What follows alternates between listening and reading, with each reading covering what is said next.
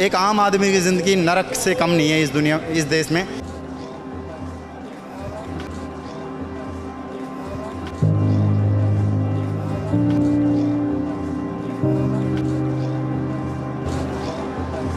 जब 3 पुलिस वालों ने लगातार लठ मारी है नीचे से ऊपर, मैं 3 घंटे रोड में पड़ा था, कोई पुलिस वाले मुझे जाने नहीं दे रहे थे, नहीं इधर से उधर। मेरे को सारे अपने बच्चे नज़र आ रहे थे, मैं सो नहीं सकी कल, है ना। इसमें कुछ डिबेट की बात ही नहीं है। ऐसा नहीं है कि हम कुछ प्रोजेक्ट करेंगे, कुछ है कोई भी देखेगा उसको, कोई भी नॉर्मल इंसान देखेगा उसको, सब गलत ही लगेगा। जो तो यही लोग हैं जो टैक्स भरेंगे 30-30 हज़ार करोड़, इनमें से आके निकलेंगे। You taking them for granted, पीट रहे हो आके, ये सब कर रहे हो। सो जनता को ज़रूरत है, जब जनता की कैंपेन है तब कितने पॉलिटिकल लीडर्स हैं जो ये कह रहे हैं कि हम ऑपोजिशन को सपोर्ट कर रहे हैं। वो यहाँ पर नहीं आए, उन्होंने लाठियाँ नहीं खाई। किसी ऑपोजिशन लीडर को यहाँ पर आपने अगर देखा हो, अगर आपने बैरिकेड्स के पास देखा हो लाठियाँ खाते हुए? मुझे एक मंच से कहीं से भी कुछ ऐसा दिखा नहीं कि एक नेतृत्व को जैसा करना चाहिए। इतनी बड़ी मास को एकजुट करने के बाद इनका जो उद्देश्य है उसे एकजुट रखने के लिए, और अगर ऐसा चला तो 2-4 दिन में ये उत्साह जरूर कम होने लगेगा। हर उस मतलब मैं बोल नहीं पा रहा हूँ।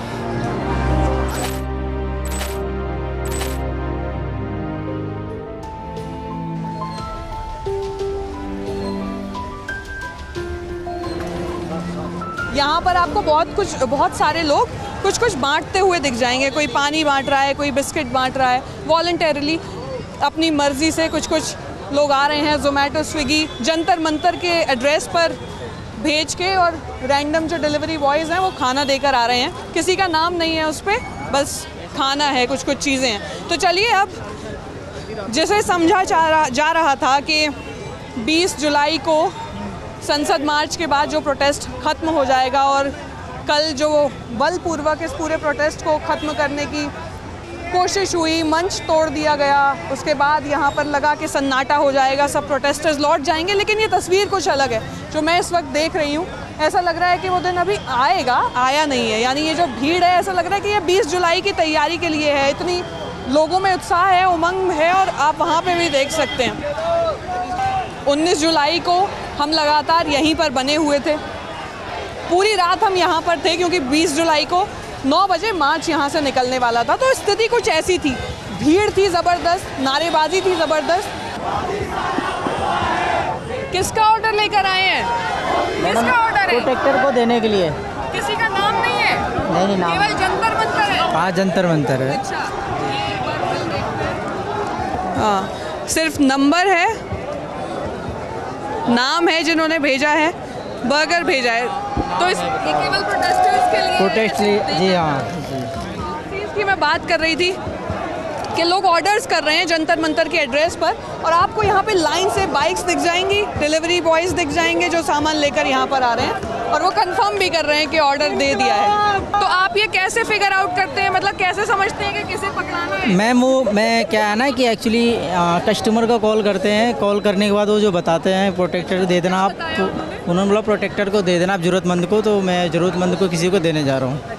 इतने लोग आपको बाहर नहीं दिखाई देंगे जितने अंदर हैं। अंदर बहुत ज़्यादा भीड़ है, इसीलिए वो जोश में और गर्मी से परेशान होकर नारेबाजी करते हुए यहाँ बाहर तक आते हैं।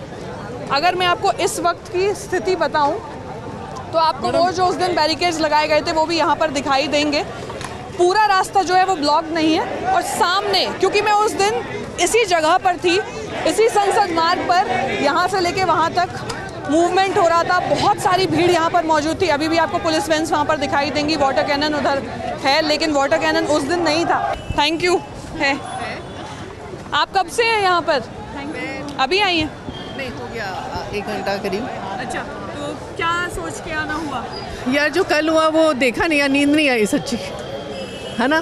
तो मेरे बच्चे भी, अभी बिटिया ने नीट दिया है, बेटे ने जेई दिया था, ट्विंस बच्चे हैं, तो मेरे को सारे अपने बच्चे नज़र आ रहे थे, मैं सो नहीं सकी कल।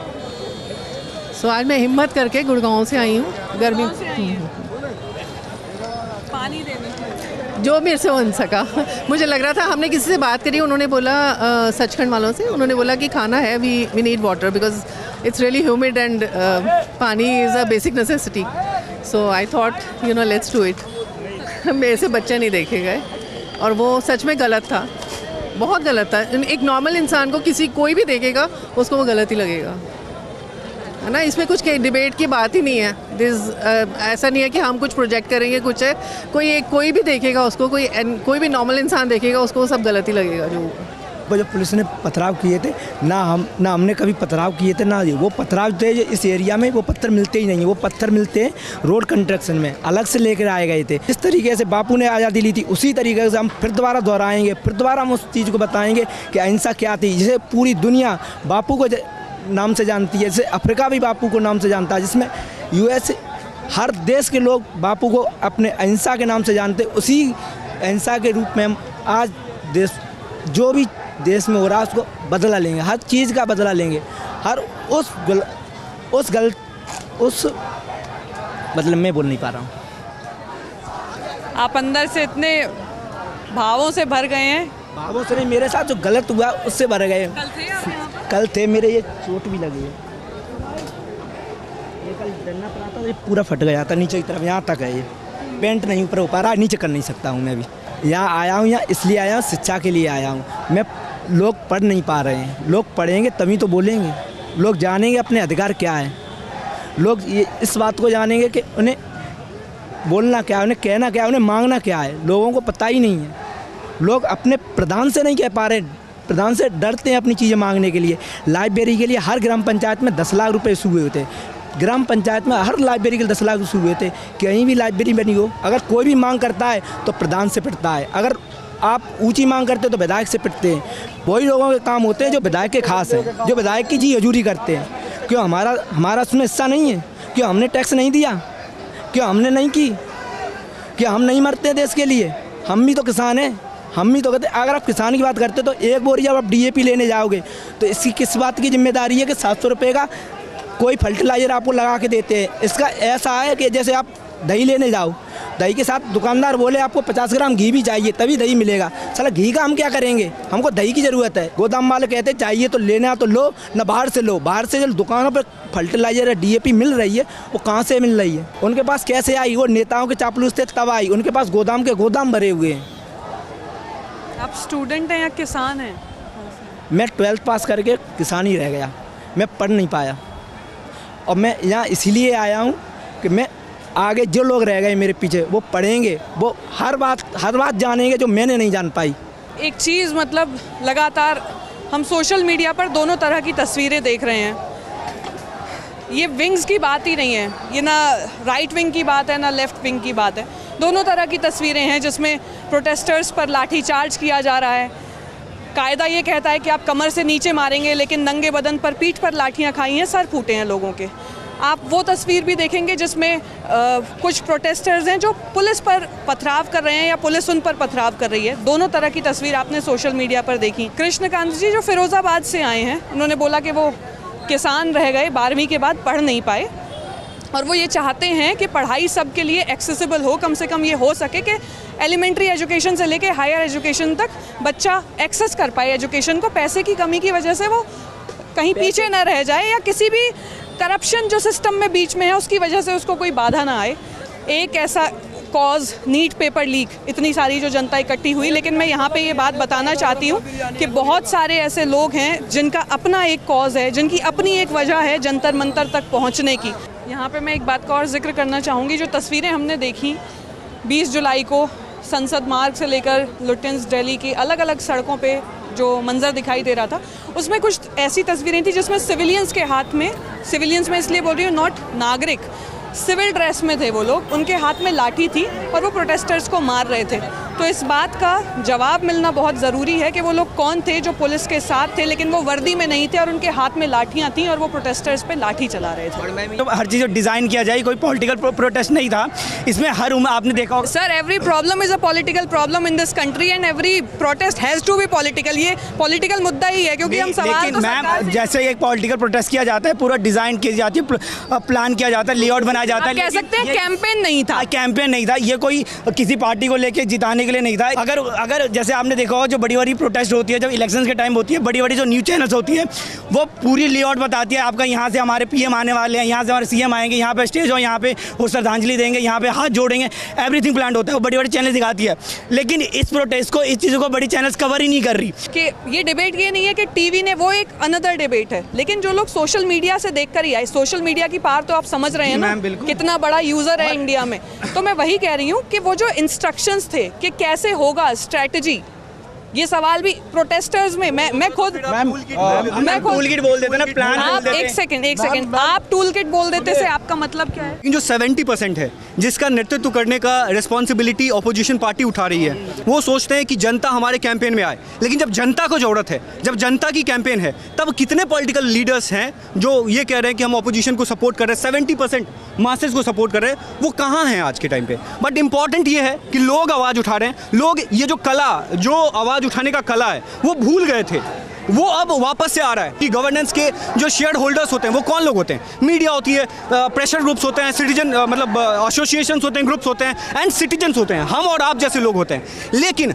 जब भी गवर्नेंस के ऊपर में क्वेश्चन होता है, जब भी गवर्नेंस के ऊपर में क्वेश्चन आता है, हम सिर्फ गवर्नमेंट को क्वेश्चन करते हैं। क्यों गवर्नमेंट को क्वेश्चन करते हैं? ऑपोजिशन पार्टी को क्यों नहीं क्वेश्चन करते हैं? प्रेशर ग्रुप्स, एसोसिएशन ग्रुप्स को, हम खुद को क्यों नहीं क्वेश्चन करते हैं? आपका बिल्कुल सही कहा आपने।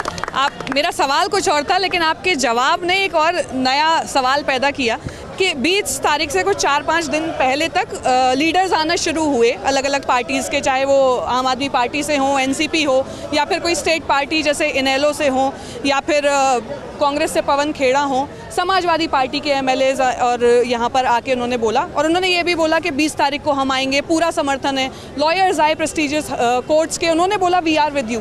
लेकिन जब यहाँ पर जनता सड़क पर थी तब उनमें से कोई हमें दिखाई नहीं दिया, ये भी हकीकत है। जब उन्होंने बोला कि स्टूडेंट्स के साथ हम हैं, इस प्रोटेस्ट के साथ हम हैं, इस कॉज के साथ हम हैं, तो जैसा कि क्योंकि हम नागरिक शास्त्र की किताबों में पढ़ते आए हैं कि लोकतंत्र की जो जिम्मेदारी है या लोकतंत्र की जो खामियां हैं वो और ज़्यादा लोकतंत्र से ठीक की जा सकती हैं। तो वो ऑपोजिशन लीडर्स कहाँ थे? आज भी राहुल गांधी प्रधानमंत्री आवास के बाहर धरना प्रदर्शन करके आए हैं, वो यहाँ पर नहीं आए, उन्होंने लाठियाँ नहीं खाई। किसी ऑपोजिशन लीडर को यहाँ पर आपने अगर देखा हो, अगर आपने बैरिकेड्स के पास देखा हो लाठियाँ खाते हुए, उन्होंने अपनी जगह चुनी, अपनी सहूलियत के हिसाब से उन्होंने अपना तरीका चुना। लेकिन ये सच है कि जो प्रोटेस्टर्स थे लाठियाँ उन्होंने ही खाई। वो जो लीडरशिप थी, या फिर जब आपको पता था कि आप जब वो कॉलिंग कर रहे हैं कि इतने सारे लोग आएंगे, इसका अंदाज़ा किसी को नहीं था कि यहाँ इतने लोग आ जाएंगे। लेकिन इस पूरे प्रोटेस्ट में जब रास्ता यहाँ से आपने तय किया था, आपने बोला आगे बढ़िए, आप मंच पर बैठे हुए थे। मुझे ऐसा लगता है मैम कि इससे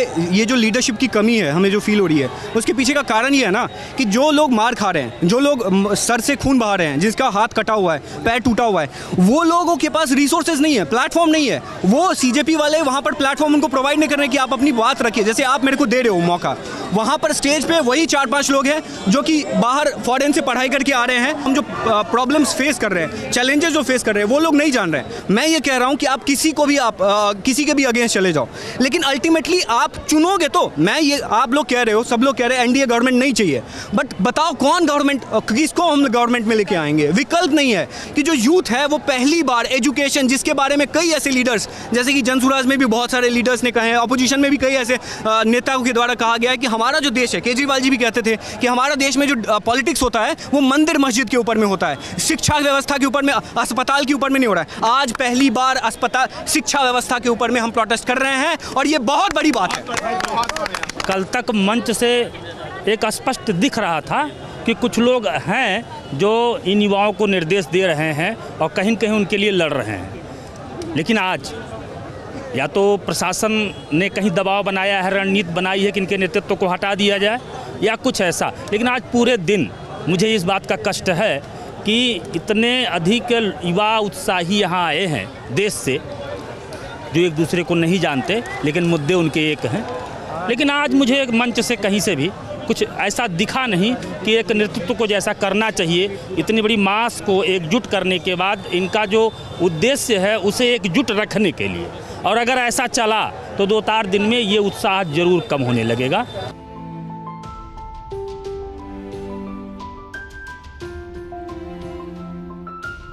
अब आप बेटर फील कर रहे हैं? यूपी में कहाँ से हैं? डिस्ट्रिक्ट बांदा। कब आए थे? मैं आया था यहाँ 5 तारीख को। 5 तारीख से आप यहीं थे? और ये घटना कब हुई? कल। क्या एग्जैक्टली क्या हुआ था? कहाँ पर थे आप? मैं जनता पोस्टेट के जो मैनेजमेंट टीम के साथ था मैं, और हम गाड़ी के पीछे ही थे। तो उसके बाद जब पुलिस प्रशासन ने अचानक ही गाड़ी, पहले आगे से लाठी जो बिल्डर लगे थे, लाठी चार्ज कर दिया था लोगों, बच्चों के ऊपर, युवा साथियों के ऊपर। उसके बाद जब हम गाड़ी तो अभिजीत सर थे और प्रकाश राज जैसे ऊपर चढ़े तो उनको नीचे आना पड़ा, क्योंकि अब लाठी चार्ज हो गई थी। तो कुछ पुलिस वाले और कुछ आरएफ के, कुछ दिल्ली पुलिस के, जिन्होंने नाम प्लेट नहीं थे, कुछ लोग सादे ड्रेस में भी थे, वो लोग आए और मतलब गाड़ी में चढ़ने की कोशिश किया। तो माइक वाइक टूट गए। माइक वाइक टूटने के बाद तो हम भी गाड़ी में चढ़े और अभिजीत सर और प्रकाश राज सर और मैम को बचाने की कोशिश करने लगे। तो एक डीसीपी अधिकारी थे जो मुझे नीचे पकड़ कर खींचा, और पकड़ के खींचा। 3 पुलिस वालों ने लगातार लठ मारी है नीचे से ऊपर। गिर गया हूँ मैं गिरा पड़ा था, उन्होंने लठ मार रहे थे, ऐसी हालत में। जब पीछे से लाठी चार्ज हुई तब भी जंतर मंतर में मुझे मारा गया। फिर पैर टूटे भी पड़ा था। मैं 3 घंटे रोड में पड़ा था, कोई पुलिस वाले मुझे जाने नहीं दे रहे थे, नहीं इधर से उधर। नाम सुनकर जंतर मंतर का कॉल काट दिया और ना आगे पूछा कि क्या हुआ क्या नहीं हुआ। ये खड़े और यहाँ पे, और बाइक की टांग टूट चुकी है।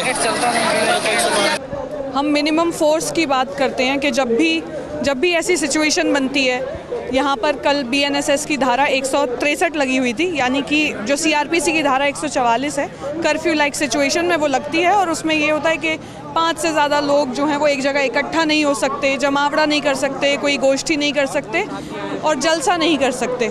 उसमें इतनी ज़ोर से लाठियाँ लगना कि किसी का पैर ही टूट गया है। हम जब लाठी चार्ज की बात करते हैं, जिसकी असल में कोई तय परिभाषा नहीं है, तो हम मिनिमम फोर्स की बात करते हैं। वो लाठीचार्ज इसलिए होता है कि भीड़ को तितर बितर किया जा सके या फिर उनमें डर बनाया जा सके कि वो वहाँ से डिस्पर्स हो जाएं। उसका ये मतलब बिल्कुल नहीं होता कि किसी को इतनी बर्बरता से मारा जाए, बदला लेने की मंशा से मारा जाए या फिर सज़ा देने की मंशा से मारा जाए कि वो इतनी बुरी तरह से घायल हो जाए। और एक जो चीज़ है यहाँ पर अगर आप देखेंगे तो यहाँ पर उस दिन यानी 20 जुलाई तक बहुत सारी पुलिस तो हालांकि अब भी बैठी हुई है, लेकिन यहाँ पर पूरा एक सिस्टम था, गेट्स थे, बैग्स चेक हो रहे थे। अभी वो थोड़ा सा ढीला दिखाई दे रहा है। हालांकि पोल्स पर आपको 2 सीसीटीवी कैमरास ज़रूर दिख जाएंगे, यहाँ पर एक उस पोल पर भी दिख जाएगा, लेकिन अंदर इन बैरिकेड्स के अंदर आपको यहाँ पर ये एक सीसीटीवी कैमरा यहाँ दिख जाएगा और एक आपको इस पोल पर दिख जाएगा। उस दिन यहाँ पर पूरा बैग्स वगैरह चेक हो रहे थे। हालांकि अभी आपको mobile control command and vehicle जो है वो वहाँ पर दिख जाएगा, लेकिन जो व्यवस्था सिक्योरिटी की उस दिन थी ऐसी आज यहाँ पर दिखाई नहीं दे रही है। और उस गेट पर भी कोई मेटल डिटेक्टिंग मशीन नहीं है, यहाँ भी कोई बैग्स को स्कैन करने के लिए कुछ ऐसा दिखाई नहीं दे रहा है। पुलिस की मौजूदगी ज़रूर है, लेकिन जो इंतज़ामात पहले दिखाई दे रहे थे वो अभी यहाँ पर नहीं है। ऐसे में कुछ भी ऐसा होता है, कोई अराजक तत्व या फिर कोई भी अगर अपने बस्ते में ही कुछ लेकर आ जाता है या कुछ भी, तो उसकी कोई ऐसी शिनाख्त कैसे हो पाएगी, इसका मुझे थोड़ा संशय है। आपका हाथ कल ही टूटा है ये प्रोटेस्ट में? कल क्या हुआ था? कल पुलिस जब लाठी चार्ज की थी तभी चोट लग गई थी। किस तरफ थे उस वक्त?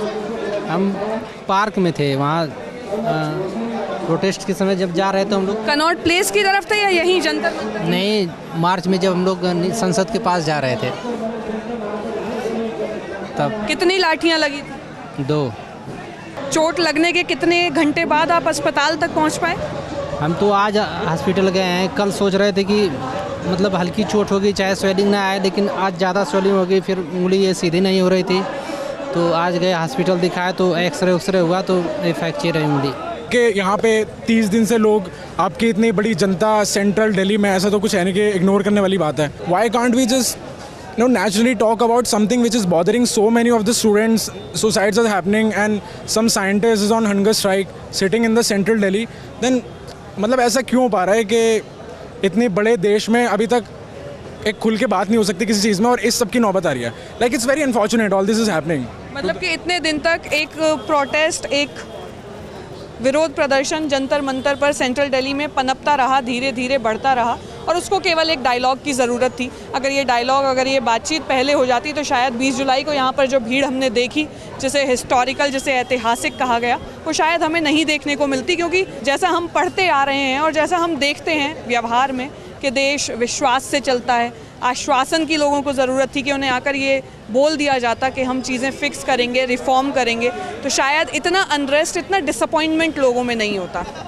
दोनों तरह के वीडियोज़ आ रहे थे, उसमें देखा गया कि कुछ हिस्सा भीड़ में ऐसा भी था जो रकस क्रिएट करने के लिए कुछ चीज़ें, मैडम वो कुछ ऐसे रेडिकल एलिमेंट्स गिने चुने ऐसे आ जाते हैं मैडम, जो इनकी तरफ से फंडेड लोग ज़्यादा थे ऐसे, जो पुलिस के कई लोग तो ऐसे थे जिनके कोई नेम प्लेट नहीं है पुलिस के। मैडम ये कहाँ का तरीका है मैडम?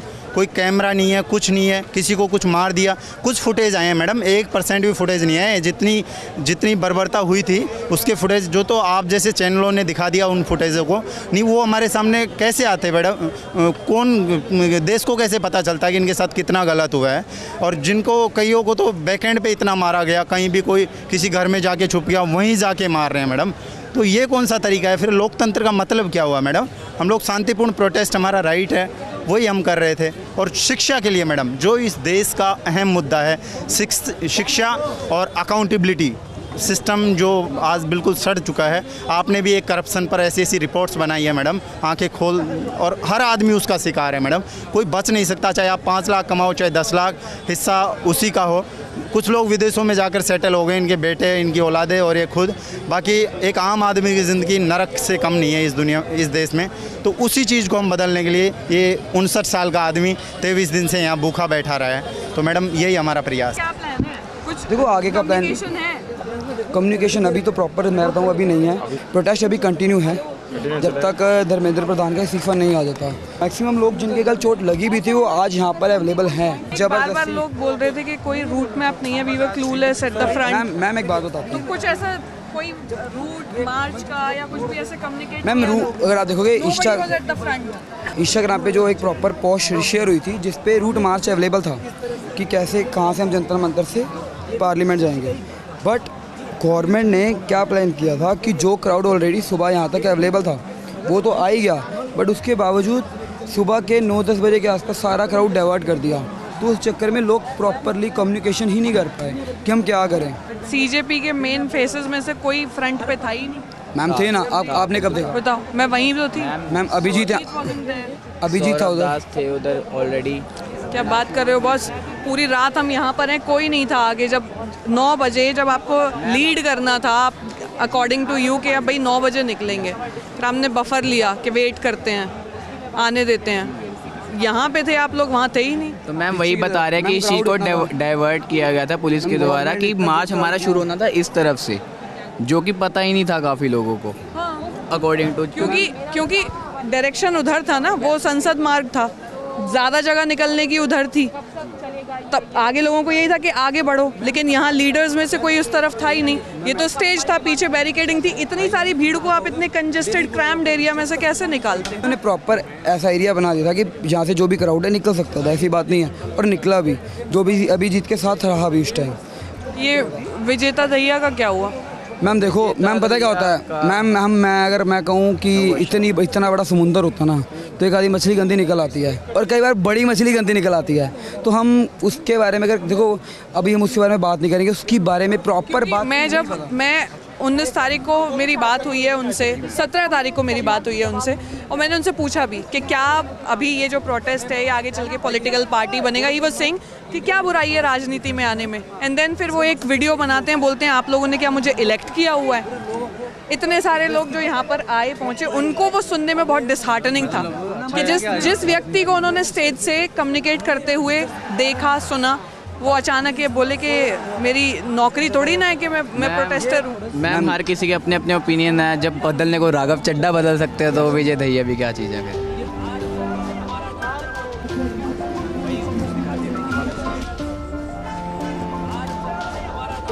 इस वक्त मैं जंतर मंतर से 3 किलोमीटर दूर हूँ, कर्तव्य पथ पर हूँ। मेरे पीछे आप राष्ट्रपति भवन देख पा रहे होंगे। इस जगह से आज भी जंतर मंतर की दूरी उतनी ही है, लगभग 3 किलोमीटर। लेकिन अब से कुछ दिन पहले उस विरोध प्रदर्शन स्थल की जो तस्वीर थी वो थोड़ी अलग थी। आज जो हमने ऑब्जर्व किया उसकी कुछ चीज़ें हैं जो मैं आपको जिस्ट के तौर पर बताना चाहती हूँ। सबसे बड़ी चीज़ तो ये थी कि 20 जुलाई को पुलिस की कार्रवाई के बावजूद इतनी बड़ी संख्या में प्रदर्शनकारी वापस जंतर मंतर पर लौटे और आज भी वहाँ ज़बरदस्त भीड़ थी, लोग आ रहे थे जा रहे थे, लेकिन उस भीड़ में एक बड़ा हिस्सा ऐसा था जो शायद सिर्फ इसलिए आया कि प्रदर्शन हो रहा है, चलकर देखते हैं। बहुत सारे अलग अलग तरह के लोग थे, बहुत सारे वो लोग भी थे जो उसी कॉज के साथ आज भी टिके हुए थे, वो अपनी वजह से वहाँ पर पहुँचे थे और कई दिनों से वहाँ पर हैं और आज भी थे।